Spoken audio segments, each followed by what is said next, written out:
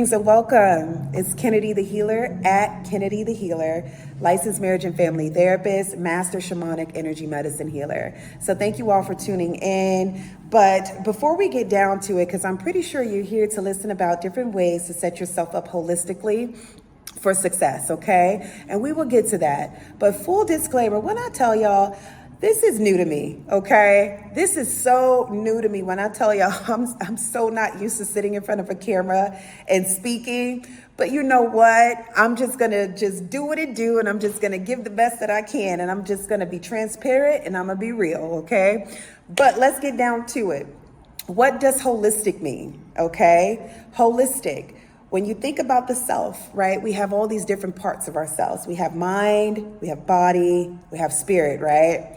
So rather seeing ourselves as these different parts, right, we want to merge all of these things together, right? So we can feel and function as whole human beings, integrating all these different parts and elements of ourselves, right?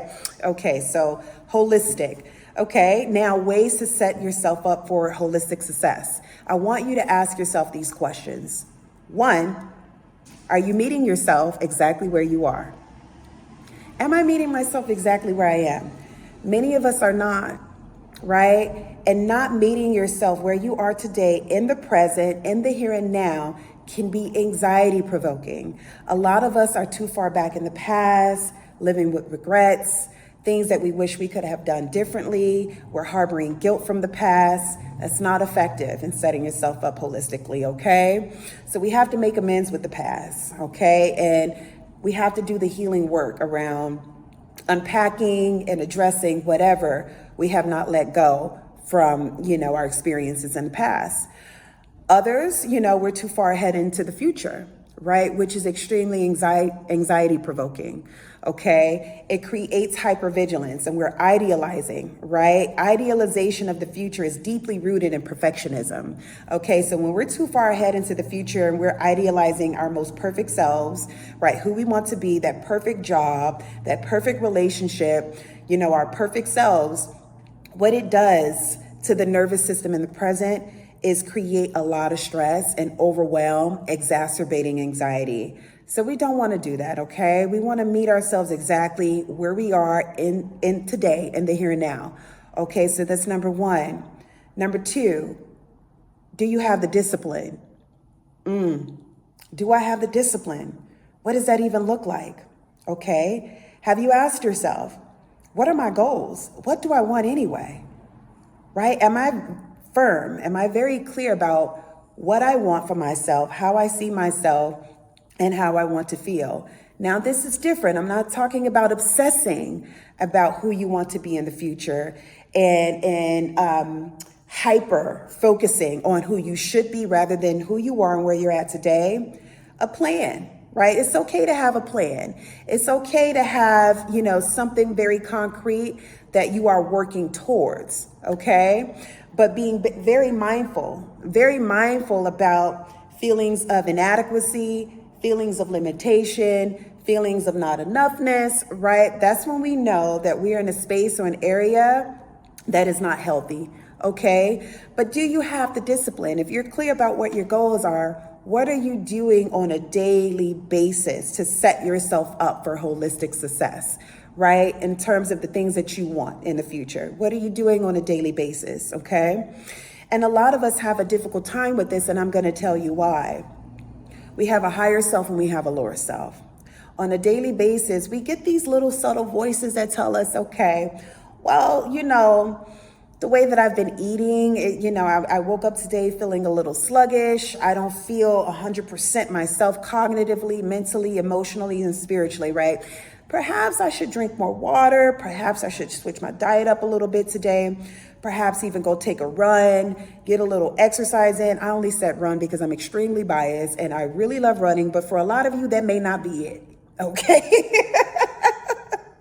That may not be it. So let me not impose or project my choice of exercise onto you all, okay? Because running is a whole nother thing. But, I say all of that to say, right? Do you have an exercise regimen on a daily basis? So, there's little inclinations and little subtle voices that we hear, in terms of things that we can be doing and should be doing on a daily in order to set ourselves up holistically for success, right? Do you listen to that higher self or do you ignore it, right? Being very clear about what your poor habits are, right? And that is kind of a segue into the next thing or the next question that I want to ask you all, right? But what are those poor habits, right? The poor habits that comes from our lower vibrational self.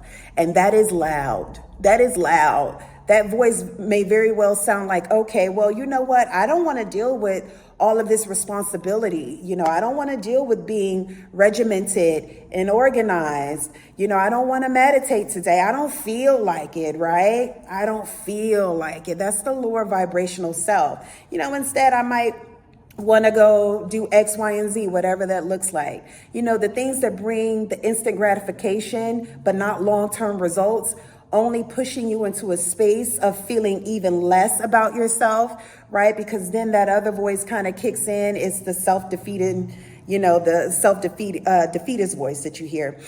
You're not enough. You're never going to be good enough. You can never do that. You can't achieve that. You can't attain that.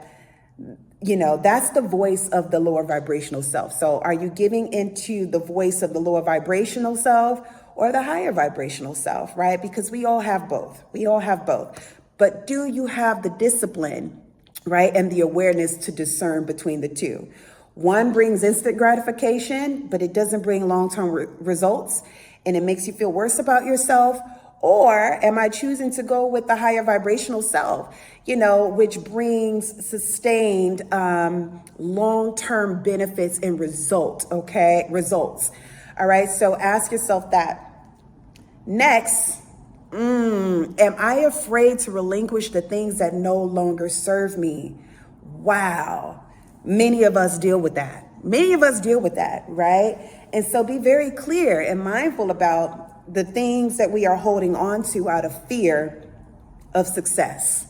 Okay? Some of us stay in those stagnant relationships, stagnant friendships with little to no reciprocity. Some of us stay too long at that job that we know we want to leave, but we keep showing up every day feeling miserable, right? So just doing inventory around, staying connected to and constantly entertaining the things that no longer serve you.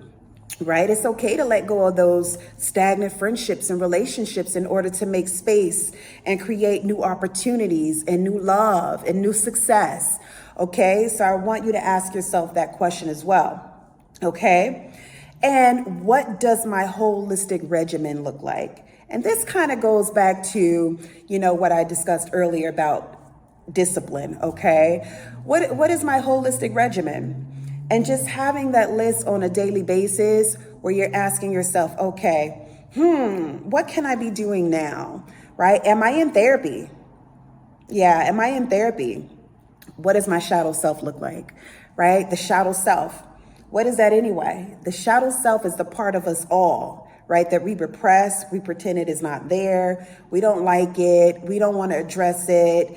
It feels crummy, icky, and dark. We don't want to deal with it, but yet it continues to show up in our relationship and attitudes about ourselves, our relationship with other people, and how we view and see the world, okay? So these are the things that I want you all to ask yourself. Am I approaching these things? Am I addressing these things in order to ensure that I am set up for holistic success, okay? So it's your girl at Kennedy the Healer. Thank you all for tuning in. Please like and subscribe this video so I can keep it coming with the content.